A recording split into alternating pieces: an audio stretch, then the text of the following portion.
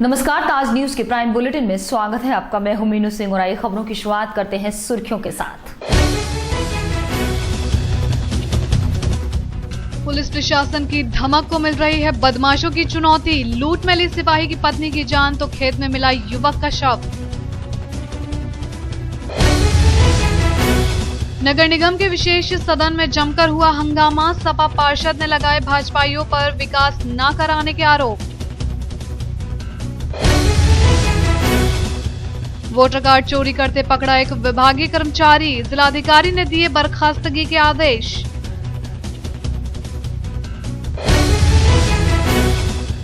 और कौशल विकास मिशन योजना से युवाओं का मोह भंग। युवाओं ने कहा ये केवल चुनावी खेल है। और अब खबरें विस्तार से। थाना शमशाबाद के धीमश्री गांव में खेत में युवक का शव देख पूरे क्षेत्र में सनसनी फैल गई। शव मिलने की सूचना मिलते ही पुलिस भी मौके पर पहुंच गई और शव की शिनाख्त के साथ साथ हत्या के कारणों की भी जांच में जुट चुकी है। आगरा के थाना शमशाबाद के धीमश्री गांव में आज उस समय सनसनी फैल गई जब गांव के किसानों को गांव के बाहर आलू के खेत में एक अज्ञात शव पड़ा मिला, जिसके सिर और गर्दन पर चोट के निशान थे। ग्रामीणों के अनुसार युवक की उम्र करीब 30 साल है, जिसके हाथ पर विजेंद्र लिखा हुआ है। मृतक युवक उनके गांव का नहीं है। उनको लगता है कि उसकी हत्या कर उसकी लाश को यहां पर फेंका गया है। वहीं मौके पर पहुंची पुलिस का कहना है कि लाश की शिनाख्त की जा रही है और शीघ्र ही जांच कर ये खुलासा कर लिया जाएगा कि इसकी हत्या कैसे और क्यों की गई।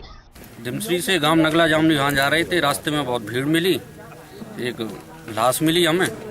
लाश को देखा तो हमने पुलिस को जानकारी दी।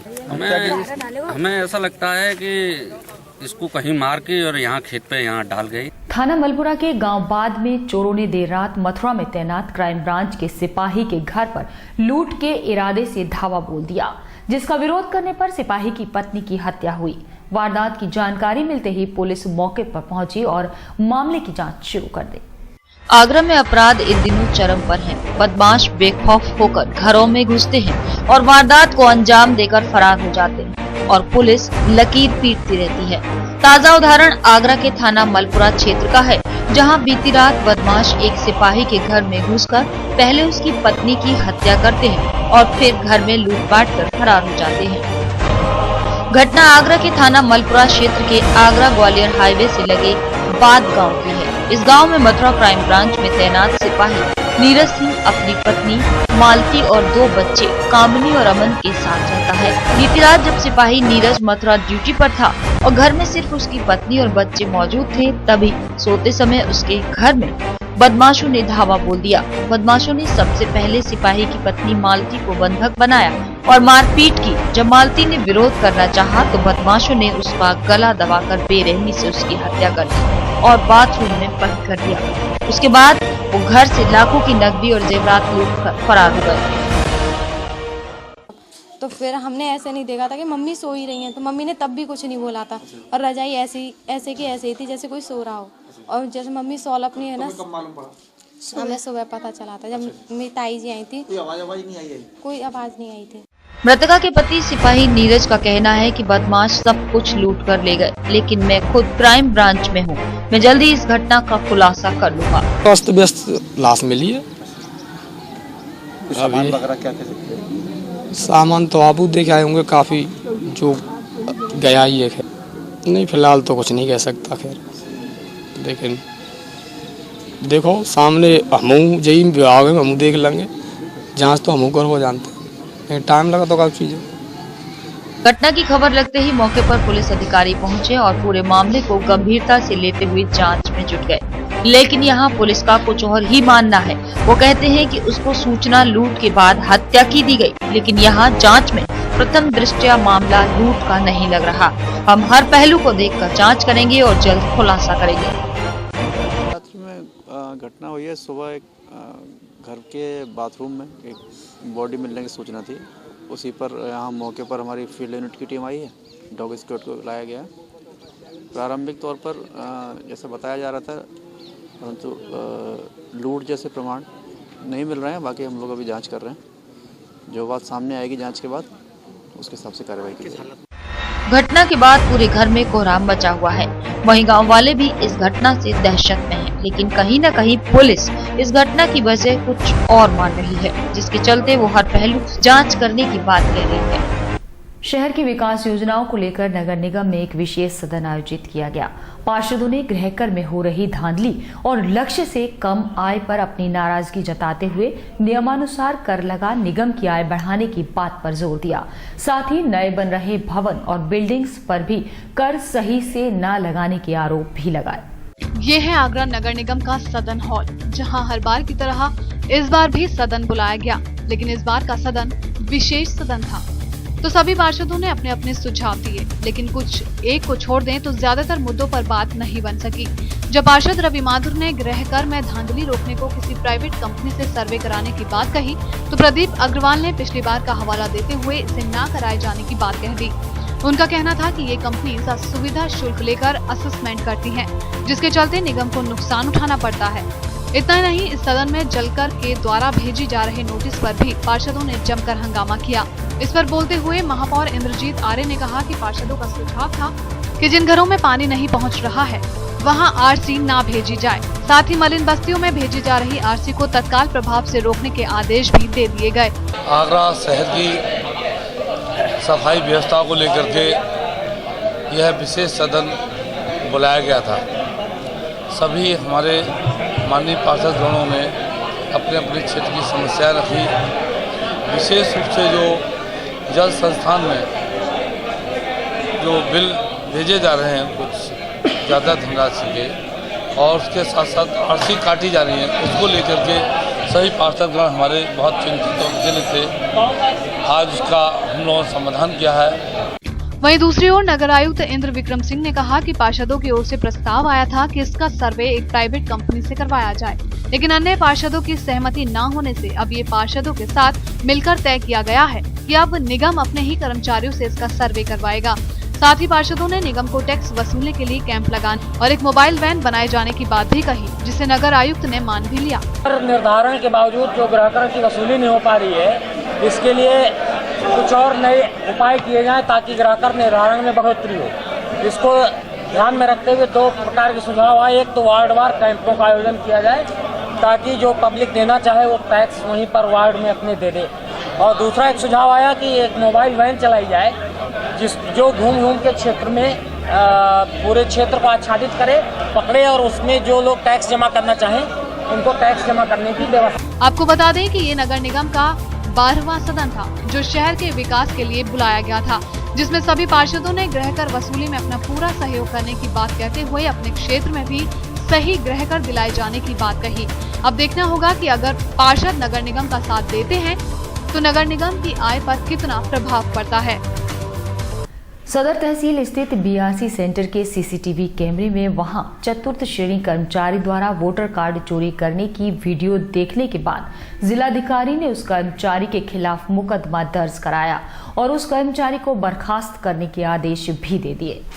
सदर तहसील स्थित बीआरसी सेंटर से वोटर आई कार्ड चोरी होने की शिकायत मिलने के बाद जिलाधिकारी आगरा जोहेर बिन सगीर द्वारा वहां लगे सीसीटीवी कैमरे की रिकॉर्डिंग चेक करने पर दिखाई दिया कि विभाग का ही एक चतुर्थ श्रेणी कर्मचारी दराज में रखे वोटर आईडी कार्ड को गलत तरीके से लेकर जा रहा है। इसी को आधार मानते हुए जिलाधिकारी के आदेश पर उस कर्मचारी के विरुद्ध मुकदमा लिखाने के आदेश दिए हैं और तत्काल प्रभाव से उस कर्मचारी को निलंबित कर दिया गया है। वहीं चोरी किए गए वोटर कार्ड बरामद कर लिए हैं, जिनका वितरण आगामी 1 फरवरी से शुरू हो जाएगा। ये घटना 9 जनवरी 2014 की है और सीसीटीवी की फुटेज को जब रिव्यू करके रिवाइंड करके देखा गया तब ये बातें सब पकड़ में आई हैं और इस पर कार्रवाई तुरंत की गई। तो कार्ड बरामद हुए? कार्ड बरामद हो चुके हैं और कार्ड का वितरण जो है वो 1 फरवरी से शुरू भी हो जाएगा। जो कार्ड्स हमारे बन रहे हैं बहुत तेज़ी से बन रहे हैं तो वो सही डेस्टिनेशन पे पहुंचेंगे। क्या उसका ये इसमें सबसे पहले सेक्शन 420 का लगा है और जो सुसंगत धाराएं हैं उनके उसमें ये दर्ज हुआ है मुकदमा। शहर की विकास योजनाओं को बुलाया गया सदन हर बार की तरह इस बार भी हंगामों भरा रहा। पार्षदों ने जलकर पर अवैध वसूली के आरोप लगाते हुए जलकर सचिव को खूब खरी खोटी सुनाई और कैंप लगाकर कर वसूलने की बात पर सभी पार्षद एकजुट हुए और उन्होंने जमकर हंगामा काटा। कुछ पार्षदों के दखल के बाद पार्षदों का गुस्सा बमुश्किल शांत हुआ।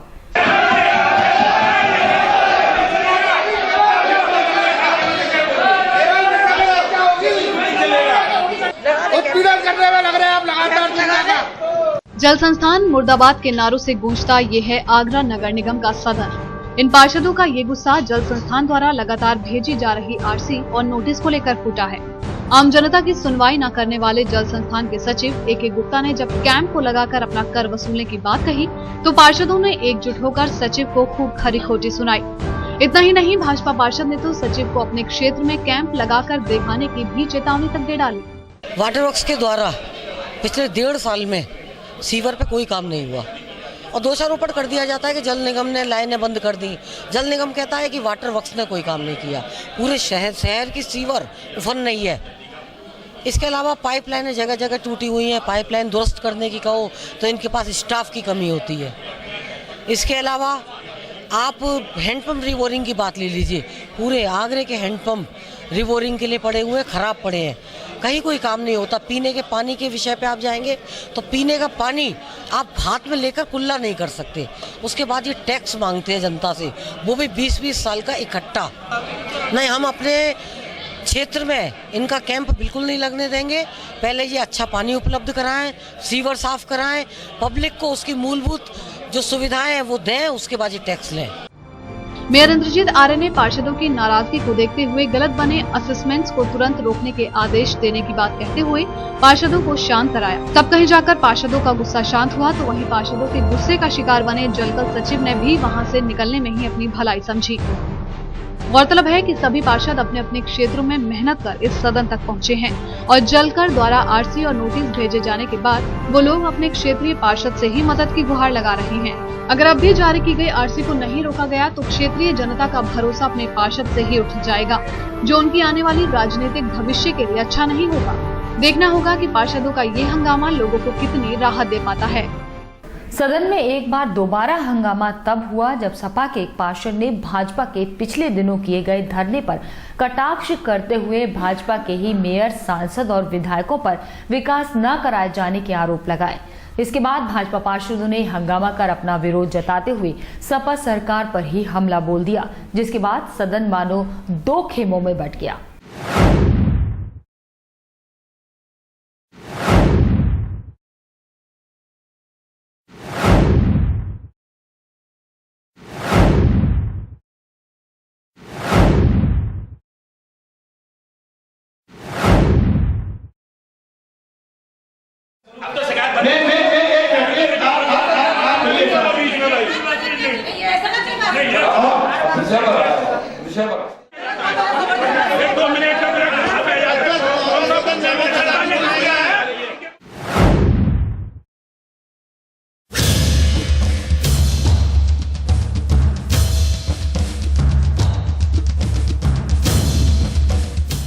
शांत माहौल में चल रहा सदन अचानक हंगामेदार हो गया, जिसका कारण था सपा के पार्षद उमेश यादव। जी हाँ, जैसे ही उमेश यादव ने महापौर इंद्रजीत आर्य से कहा कि आपके पद का क्या फायदा, आप शहर में कहीं भी विकास कार्य नहीं करा पा रहे हैं, साथ ही शहर में सांसद, महापौर और विधायक तक आपके हैं, फिर भी शहर का विकास नहीं हो पा रहा है। इतना सुनते ही भाजपा के पार्षद महेश जैन और प्रदीप अग्रवाल ने पलटवार करते हुए सपा सरकार पर आरोपों की झड़ी लगा दी, जिसके बाद पूरा सदन मानो 2 फाड़ों में बंट गया हो। जिसके बाद अन्य पार्षदों के बीच में आने के बाद बामुश्किल दोनों ओर के पार्षदों को शांत कराया गया।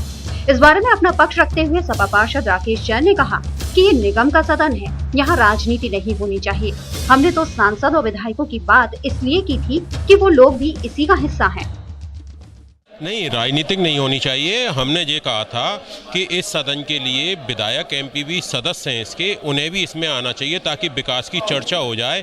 लेकिन पार्टी राजनीतिक स्तर से सोच के बीजेपी के लोगों ने, पार्षदों ने, मेयर ने कहा कि तुम्हारी सरकार है, विकास तुम्हें कराना चाहिए। ऐसा नहीं होना चाहिए। सरकार तो विकास करा रही है, क्योंकि अभी बोदला में भी देखने को आया, सब बीजेपी के लोग धरने पे बैठे थे इतना विकास कराने के बावजूद। इसलिए सदन में जो भी बात कही जा रही है गर्मापूर्ण बात नहीं है, ये सदन को सही तरह से चलाना नहीं चाहते हैं। इस बारे में जब भाजपा पार्षद महेश जैन से बात की गई तो उनका कहना था कि सपा पार्षद हमारे हाल ही में किए गए धरने पर कटाक्ष कर रहे थे कि धरना प्रदर्शनों से कुछ नहीं होने वाला। ये सदन है, हमें राजनीति न करके विकास के मुद्दों पर बात करनी चाहिए। अगर वो हमारी पार्टी पर कटाक्ष करेंगे तो हम भी चुप नहीं बैठेंगे। हमने क्या गलत कहा? सरकार में अधिकारी निरंकुश हैं और सरकार की मंशा के अनुसार ही काम कर रहे हैं। हर पार्टी राजनीतिक क्षेत्र में जो कार्य करती है, जनता के कार्यों के लिए, जनता के विकास के कार्यों या जो भी उसका दुख दर्द है उसके लिए सड़क से लेके जैसे कहावत है सड़क से संसद तक संघर्ष करती है। तो उसी के निमित्त हमारी पार्टी के लोगों ने आवास विकास कॉलोनी की जो भारी समस्या चल रही है उसको मद्देनजर रखते हुए धरना प्रदर्शन किया था। हाँ, जिस तरह से उन्होंने जो प्रश्न उठाया था कि आपके सांसद हैं जो हैं, तो आवश्यकता कि हम उसको विरोध करते और आगे भी करेंगे। आपको याद होगा अभी हाल ही में भाजपा नेताओं ने आवास विकास की जन समस्याओं को लेकर करीब 17 दिनों तक धरना प्रदर्शन किया था और सरकार पर तमाम आरोप लगाए थे, जिसके बाद आज भी विकास काम नहीं हो पाए और भाजपा को अपना धरना समाप्त करना पड़ा था। एक और सपा नेता सरकार के खिलाफ किए गए प्रदर्शन से खफा थे तो वहीं भाजपा नेताओं का धरना सफल नहीं हो सका था। उसी की खींच दोनों ही पार्टियों ने सदन में एक दूसरे पर आरोप लगा निकाल दी। बहरहाल ये राजनीति है जहां सभी अपनी बारी का इंतजार करते हैं। अब देखना होगा कि क्या ये लड़ाई यहीं खत्म हो जाती है या ये आरोपों का सिलसिला अभी आगे और भी जारी रहेगा।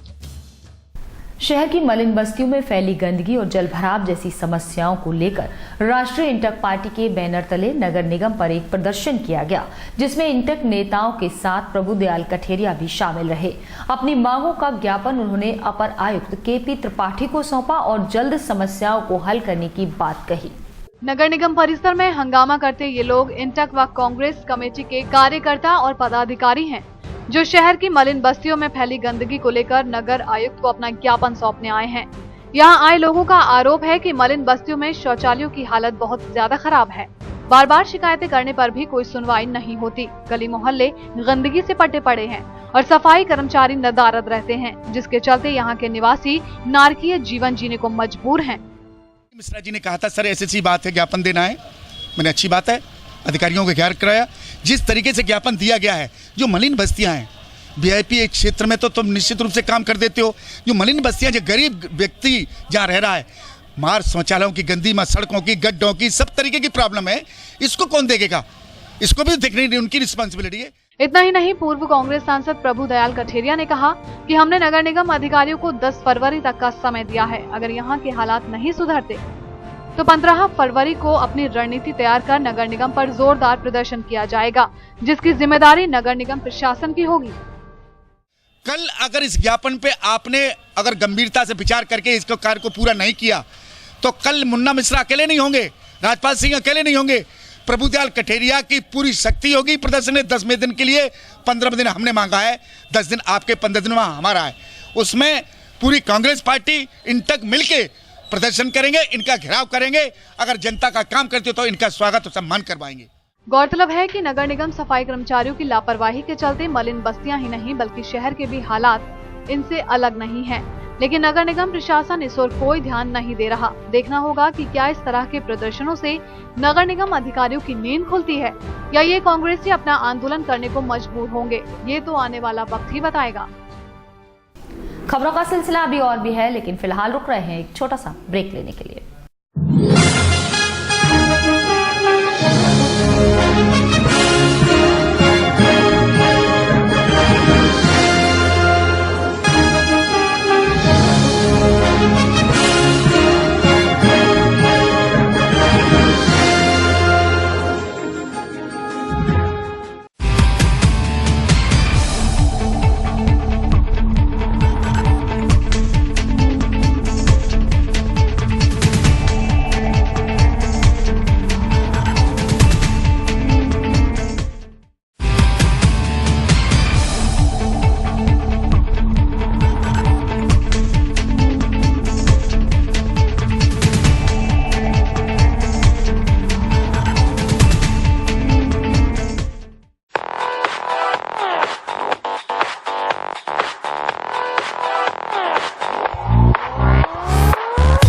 बालाजी ज्वेलर्स, गोल्ड, सिल्वर और डायमंड ज्वेलरी मिलने का विश्वसनीय स्थान। हमारे यहाँ आपको gold, hallmark certificate gold jewellery नए कलेक्शन के साथ उपलब्ध मिलेगी। संपर्क करें Shri Balaji Jewellers, Fortune Tower near Kargil Petrol Pump, Agra. Phone number 9719 333 563 or 9759 333 992. Shri Balaji jewellery, दुल्हन की jewellery, AD jewellery, artificial bangles, chain व सभी प्रकार के सेट्स यहां पर उपलब्ध है। तो तुरंत संपर्क करें 21 सुपर बाजार, कारगिल पेट्रोल पंप के पीछे, आगरा। फोन नंबर 9358464218 और 88659 11110।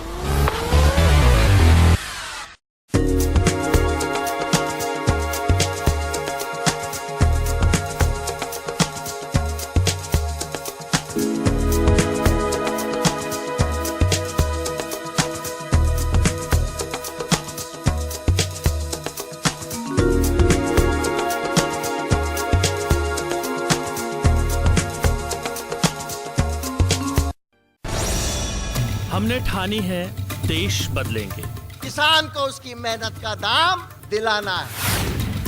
शहर बदलेंगे, गांव बदलेंगे, जिद है ये सूरत बदलेंगे। इस व्यवस्था में भागीदारी सबको नहीं मिल रही। बदलेगी तस्वीर, बदलेगी तकदीर। किसानों की आवाज, मजदूरों की मेहनत, नौजवानों की उम्मीदें, हर आवाज करेंगे साथ बुलंद। हक की लड़ाई का संकल्प लें। 30 जनवरी को आगरा चलें। संकल्प रैली को सफल बनाएं।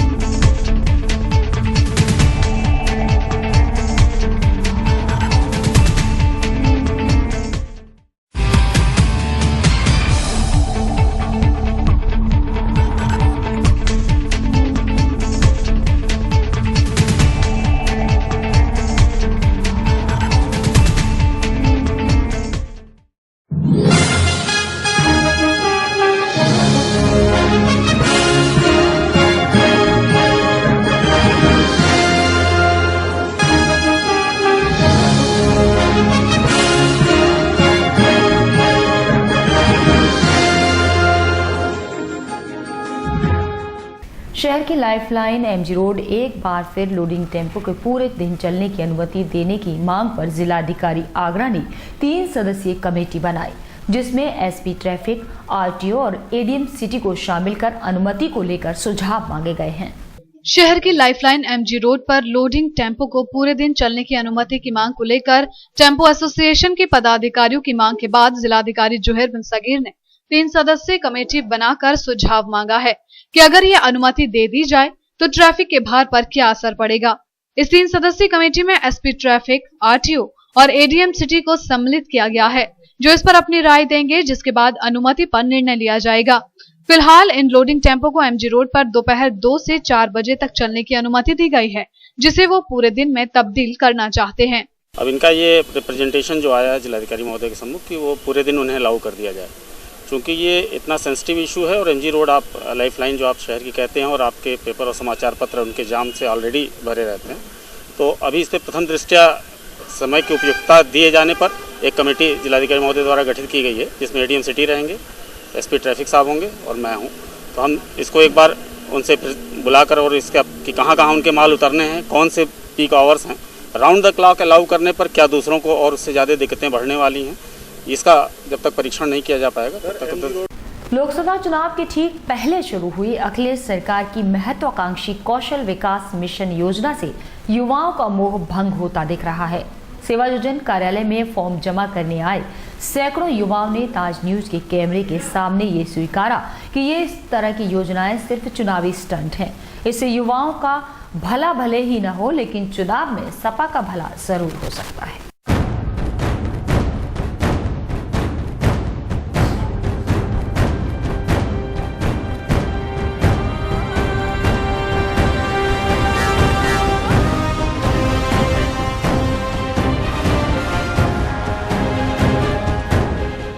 विधानसभा चुनाव से पहले समाजवादी पार्टी ने युवाओं को रिझाने के लिए घोषणा पत्र में कई वादे किए थे।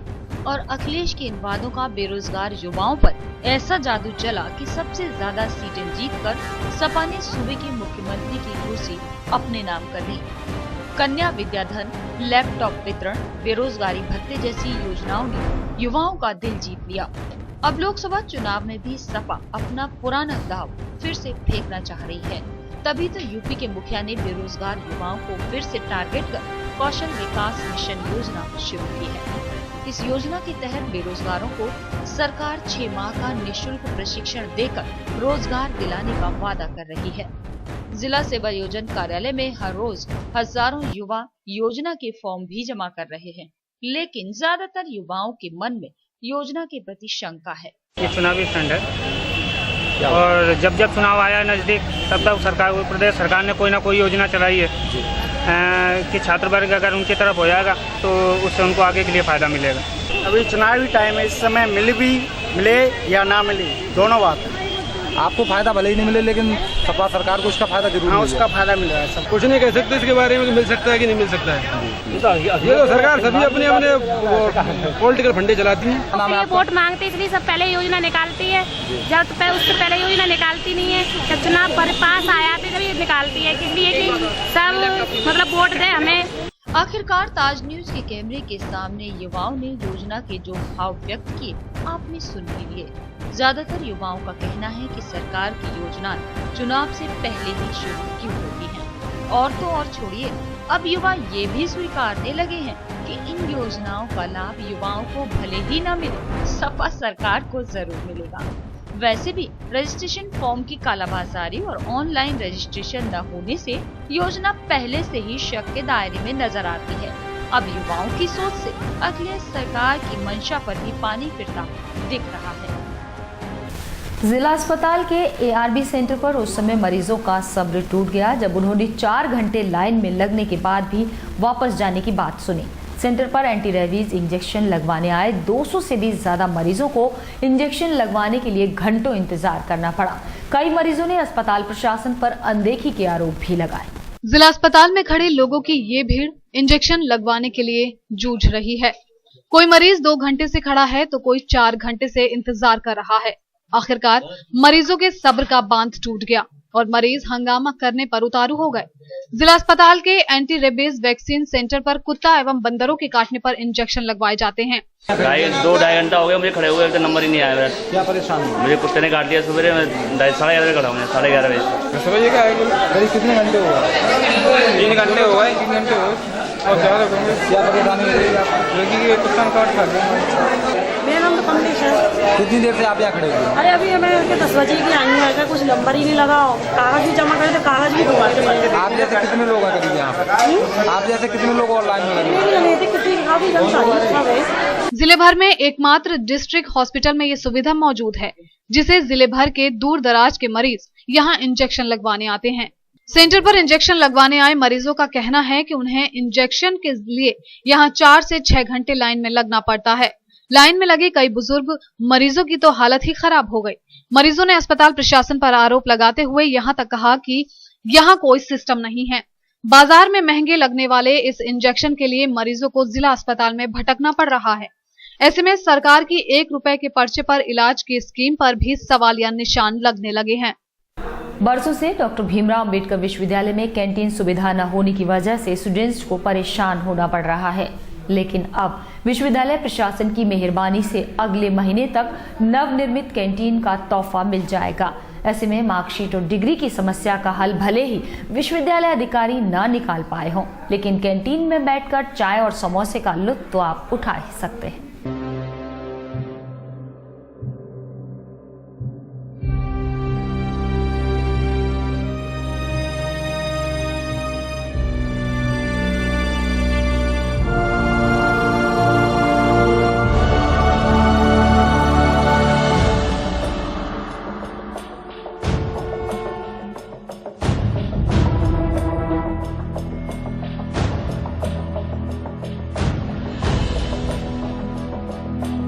उत्तर प्रदेश माध्यमिक शिक्षक संघ ने अब बोर्ड परीक्षा केंद्रों में हो रही धांधली को लेकर खुलेआम विरोध शुरू कर दिया है। केंद्र निर्धारण में हुई धांधली के बाद शिक्षक संघ ने इसकी जांच कराने की मांग की है। शिक्षक संघ पदाधिकारियों ने शिक्षा अधिकारियों पर घोटाले करने के आरोप भी लगाए हैं। हाल ही में बोर्ड परीक्षा केंद्रों के निर्धारण में हुई धांधली के बाद शिक्षक नेता अब खुलकर सामने आ गए हैं। उत्तर प्रदेश माध्यमिक शिक्षक संघ के पदाधिकारियों ने विभागीय अधिकारियों पर गंभीर आरोप लगाए हैं। उनका कहना है कि शिक्षा विभाग बोर्ड परीक्षा के नाम पर हर वर्ष करोड़ों रुपए डकार जाता है। संघ के जिलाध्यक्ष अजय शर्मा ने पूरे मामले की जांच कराकर विधानसभा में मामला उठाने की मांग की है।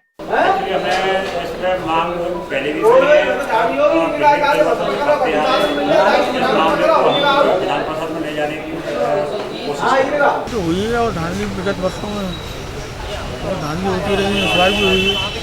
इसमें सत्ताधारी दल के नेता, शिक्षा विभाग के अधिकारी के बाबू सब इसमें शामिल हैं।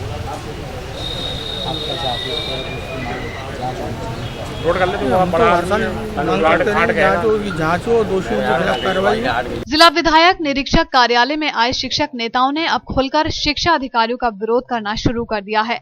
इससे पहले बोर्ड परीक्षा केंद्र निर्धारण के मामले में DIOS की कुर्सी भी जा चुकी है। मामले को बिगड़ता देख जिला अधिकारी ने खुद केंद्र निर्धारण की कमान अपने हाथ में ले ली थी। फिर भी 3 केंद्रों के नाम सूची में शामिल हो गए, जो कि पिछले वर्ष शासन ने D बार घोषित कर दिए थे। अब देखना ये होगा कि शिक्षक नेताओं की मांग और आरोप कितने कारगर साबित होते हैं। खबरों का सिलसिला अभी और भी है, लेकिन फिलहाल रुक रहे हैं एक छोटा सा ब्रेक लेने के लिए।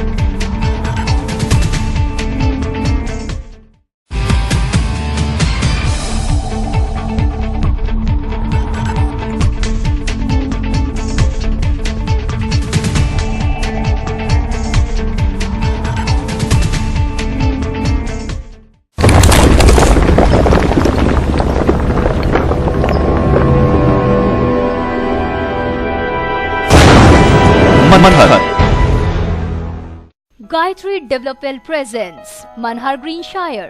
Specifications: lush green park, green environment, spacious house with car park inside, wide road inside the campus, 24-hour water supply, according Vastu.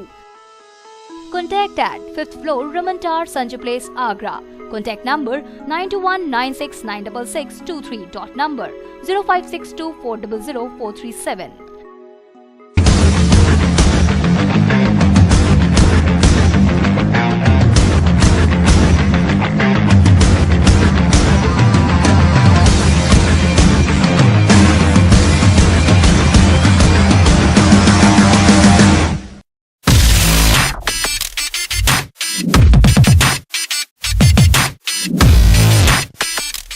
Sai Asha properties area approved कोठी प्लॉट्स खरीदने व बेचने के लिए संपर्क करें। ताज नगरी 2 में एरिया अप्रूव्ड प्लॉट्स के लिए संपर्क करें।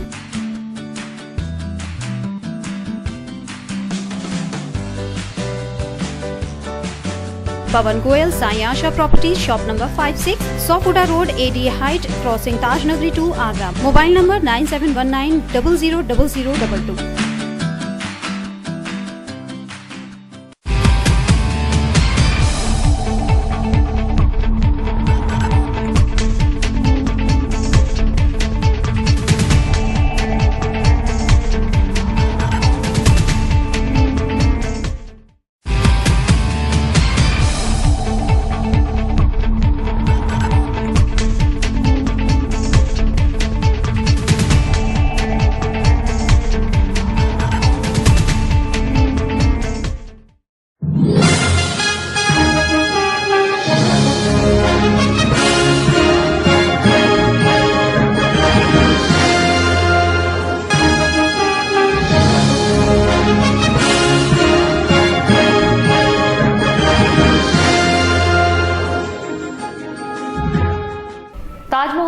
रेल विभाग हर बार प्रदर्शनी लगाकर रेलवे के इतिहास से लोगों को रूबरू कराता है। इस बार भी ये प्रदर्शनी ताज महोत्सव के दौरान लगाने की योजना है, जिसके लिए विभाग ने कमिश्नर आगरा को पत्र लिखकर अतिरिक्त जगह की मांग की है, जिससे वहां टॉय ट्रेन चलाई जा सके। हर वर्ष ताजमहल के नजदीक शिल्पग्राम में आयोजित होने वाले ताज महोत्सव में रेल विभाग प्रदर्शनी आयोजित करता है, जिसमें कई जगहों से मॉडल मंगाए जाते हैं, जिसे वहां प्रदर्शित कर रेलवे के इतिहास से जुड़ी जानकारियों से लोगों को रूबरू कराया जाता है। पर इस बार प्रदर्शनी के साथ रेलवे यहां टॉय ट्रेन चलने के लिए अतिरिक्त जगह की मांग कर रहा है, जिसके लिए रेल विभाग ने मंडलायुक्त से पत्र लिखकर भूमि की मांग की है, जिससे यहाँ टॉय ट्रेन चलाई जा सके, जिसका बच्चे लुत्फ ले सके। देखना होगा कि मंडलायुक्त इसको कितनी गंभीरता से लेते हैं और रेल विभाग को स्थान कब तक उपलब्ध कराते हैं। ताज महोत्सव तो हर बार लगता है, उसमें हमारी रेल प्रदर्शनी भी लगती है। रेल प्रदर्शनी में हम हर जगह से मॉडल मंगा कर डिस्प्ले करते हैं और इस बार हमने टॉय ट्रेन के लिए भी लिखा गया है, कमिश्नर सर को लिखा है टॉय ट्रेन के लिए, और अभी तक उनका कोई जवाब नहीं आया। अगर वो स्पेस हमें दे देते हैं, उपलब्ध करा देते हैं, तो हम एक टॉय ट्रेन लगाने की कोशिश कर रहे हैं। अपनी और अपने परिवार की सुख दुख की यादों को संजोए रखने के लिए वन विभाग ने मेरा वृक्ष नाम से एक कार्यक्रम चलाया था, जिसमें ताज नगरी की जनता ने खासी दिलचस्पी भी दिखाई थी। लेकिन वन विभाग के कुछ कर्मचारियों की कारगुजारी से इस कार्यक्रम में पलीता लगता दिखाई दे रहा है। वहीं विभागीय अधिकारी दोषियों के खिलाफ कार्रवाई की बात कह रहे हैं।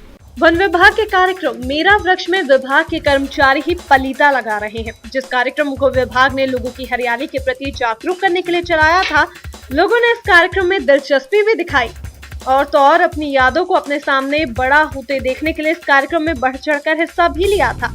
लेकिन विभाग के लोगों ने ताज नगरी के नागरिकों से किया हुआ वादा पूरा नहीं किया, जिस पर लोगों ने तमाम शिकायतें भी दर्ज कराई हैं, लेकिन कोई सुनवाई नहीं हुई।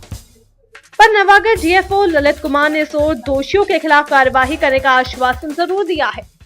मेरा वृक्ष कार्यक्रम में जो शिकायतें मुझे भी आई हैं, उसमें मैं चाहूँगा कि एक बैठक करके जो इस कार्यक्रम से जुड़े हुए लोग हैं पब्लिक के, उनका फीडबैक ले लूँ और जो कमियां हैं उसको दुरुस्त करेंगे। 3 सक्सेसफुल साइट्स डेवलप की गई हैं यहाँ पे और मैं चाहूँगा कि और इसी तरह से प्रोपेगेंडा हो इसका और हम और अच्छे से साइट्स डेवलप करें।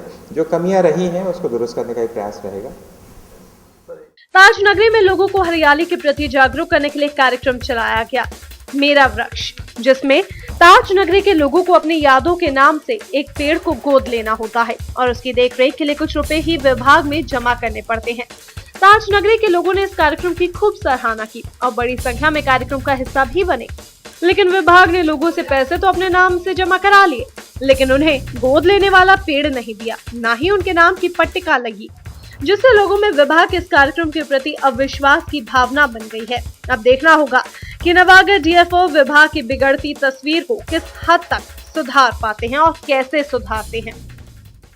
दहेज उत्पीड़न करने के मामले में आरोपित रेल ड्राइवर को दोषी पाया गया है। अदालत में मामले की सुनवाई के दौरान अपर मुख्य न्यायिक मजिस्ट्रेट तृतीय मुमताज अली ने 3 वर्ष कैद और 5,000 रुपए जुर्माने से दंडित किया। महिला थाना रकाबगंज में दर्ज मामले के अनुसार नीलम कुलश्रेष्ठ का विवाह 21 फरवरी 2006 को पश्चिमी रेलवे में ड्राइवर के पद पर कार्यरत विजय श्रीवास्तव निवासी फिरोजाबाद के साथ हुआ था।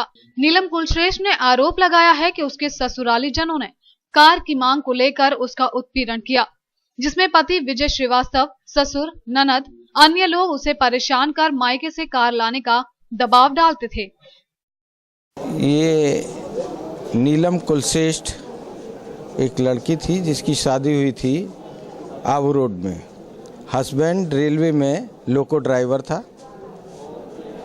और मूल निवासी टुंडला के ये लोग थे। नीलम का कहना है कि उसके ससुराली जनों ने उसे 2 जून की रोटी के लिए भी तरसाया था, जिसके चलते उसकी हालत मरणासन हो गई थी। अदालत के मामले की सुनवाई के दौरान अपर मुख्य न्यायिक मजिस्ट्रेट तृतीय मुमताज अली ने दहेज उत्पीड़न आरोपी पति को दोषी पाते हुए 3 वर्ष कैद एवं 5,000 रुपए से दंडित किया। वहीं मामले में आरोपित ससुर, ननद एवं अन्य लोगों को साक्ष्य के अभाव में अदालत ने दोष मुक्त करने के आदेश दिए। मामूली विवाद में चाकुओं से गोदकर नृशंसतापूर्वक हत्या के 3 आरोपियों को दोषी पाया गया। अपर जिला जज सष्टम मयंक कुमार जैन ने आरोपियों को आजीवन कारावास और 60,000 रुपए के अर्थदंड से दंडित किया। थाना न्यू आगरा में दर्ज चर्चित मामले के अनुसार महावीर सिंह ने 1 सितंबर 2010 की दोपहर यमुना किनारे स्थित गुलाब सिंह दिवाकर के घर के समीप खूंटा गाड़कर अपनी भैंस बांध दी थी। लोहिया नगर बल्केश्वर निवासी आरोपी तिलक सिंह एवं उसके पुत्र शैतान सिंह एवं टीपा ठाकुर ने उस जगह पर अपनी भैंस बांधने का हवाला देकर महावीर की भैंस खूंटे से खोल दी। महावीर के विरोध पर आरोपियों ने उसे पकड़कर पहले यमुना में डुबाने का भरसक प्रयास किया और उसके बाद आरोपियों ने चाकू से गोदकर महावीर प्रसाद की नृशंसता पूर्वक हत्या कर दी। मामले के विचारण उपरोक्त अपर जिला जज षष्टम मयंक कुमार जैन ने सहायक जिला शासकीय अधिवक्ता शोभन सिंह के तर्क के आधार पर आरोपी बाप बेटों को दोषी पाते हुए उम्र कैद एवं 60,000 रुपए के अर्थदंड से दंडित किया। अभी कुछ दिन पहले दिल्ली के सीएम ने रेल भवन पर धरना दिया था। अब उनकी ही पार्टी से निष्कासित एक विधायक भी जंतर मंतर पर 3 घंटे के लिए धरने पर बैठे। आखिर ऐसा क्या हुआ जो ये विधायक महाशय अपनी ही पार्टी से गुस्से में आ गए? आइए देखते हैं इस रिपोर्ट में।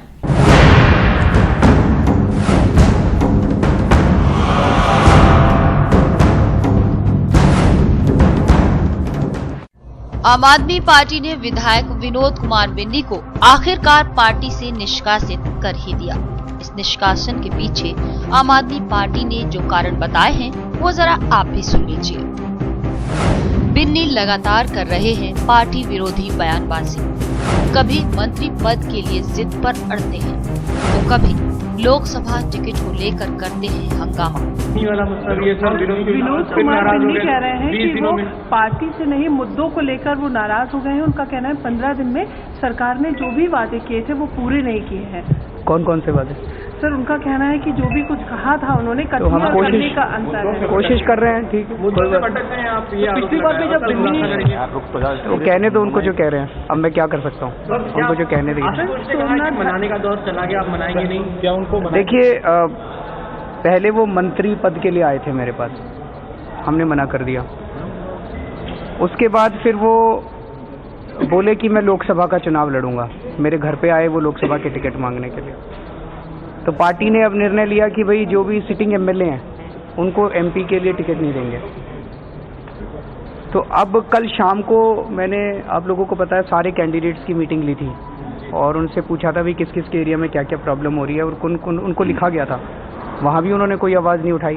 भाई अगर मुद्दे थे तो वहाँ पे उनको बोलना चाहिए था सबके सामने। आप लोगों को पता है कल कड़कड़डुमा में वहाँ पे सारे 70 के 70 कैंडिडेट्स के विधायकों की भी और दूसरे हारे हुए कैंडिडेट सबकी मीटिंग ली थी। भाई किस किस के एरिया में क्या क्या प्रॉब्लम है सारी, वहाँ उन्होंने एक लाइन नहीं बोली। अब अगर वो कुछ मुद्दे उठा रहे हैं, अगर उन मुद्दे में कोई वो है, हम जरूर मुद्दों को सॉल्व करेंगे। मुद्दों के लिए तो हम आए इसमें सरकार में। अब दर्शकों दूसरा पक्ष भी सुनिए कि विनोद कुमार बिन्नी जी क्या कह रहे हैं। सरकार भूल चुकी है अपने फायदे, दिखाई दे रहा है केवल अपना भला। तो आप जितने भी लोग वहाँ मौजूद थे, आप किसी से पूछें, सिर्फ वहाँ ऐसी कोई बात ही नहीं हुई कि लोकसभा का विषय या लोकसभा के टिकट की बात थी। और अगर अरविंद भाई ने ऐसा स्टेटमेंट दिया है तो ये बहुत दुर्भाग्यपूर्ण है। अगर अरविंद भाई ने ऐसा स्टेटमेंट दिया है तो उनसे बड़ा मेरे ख्याल से कोई झूठ बोलने वाला इंसान नहीं हो सकता है। आम आदमी पार्टी से बागी तेवरों के बाद बाहर किए गए लक्ष्मी नगर के विधायक विनोद कुमार बिन्नी ने दावा किया है कि पार्टी ने अपने डर के कारण उन्हें बाहर निकाल दिया। उन्होंने कहा है कि पार्टी ने उन्हें जल्दबाजी में इसलिए निकाला क्योंकि पार्टी को डर था कि कहीं ये नाराज विधायक उनके धरने के दौरान मंच पर ना जाएं। कि दिल्ली की जनता के मुद्दों को उठाने पर अगर आप किसी विधायक को अपने पार्टी से निकालते हैं, वैसे मेरे पास कोई ऑफिशियली सूचना नहीं है, आप लोगों के माध्यम से आ रही है तो मैं उसी को सम्मान। उन्होंने कहा कि आम आदमी पार्टी को मुद्दों से वो भागने नहीं देंगे। सोमनाथ भारती मामले पर बोलते हुए उन्होंने कहा कि इस पर राज्यपाल को एक्शन लेना चाहिए। पार्टी से बाहर किए जाने के बाद बिन्नी आपके खिलाफ हमलावर तेवर में नजर आए। उन्होंने दावा किया है कि सिर्फ वो ही नहीं, कई दूसरे विधायक भी पार्टी से नाराज हैं।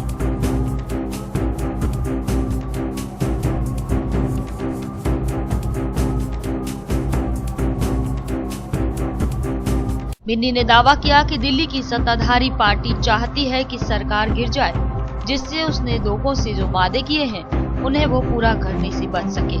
उनका कहना था कि इससे दुर्भाग्यपूर्ण कुछ नहीं हो सकता कि आपको कोई एक ऐसा शख्स चाहिए जो आपको याद दिला सके कि आपने जनता से क्या वायदे किए हैं, फिर आप उसी शख्स को पार्टी से बाहर निकाल देते हैं। बागी विधायक का कहना है कि मुझे पार्टी से बाहर करने से पहले आपको उन लोगों को निष्कासित करना चाहिए था जिन्होंने देश को बांटने की बात कही, जिन्होंने महिलाओं से बदसलूकी की, जिन्होंने देश के कानून का मजाक बनाया और जिन्होंने नियमों को ताक पर रखा। अभी तक आपने सिर्फ एटीएम से पैसे ही निकलते देखे होंगे, लेकिन हमारी ये खबर देखकर आप भी हैरत में पड़ जाएंगे कि कहीं ऐसा भी होता है। तो चलिए देखते हैं इस खबर में ऐसा क्या खास है आपके लिए। अभी तक एटीएम मशीन से हम लोग सिर्फ पैसे निकालते थे, लेकिन अब एटीएम के जरिए आप दूध भी निकाल सकते हैं। अब 24 घंटे आपके लिए दूध मिलेगा। ये कमाल दिखा है अमूल डेयरी ने।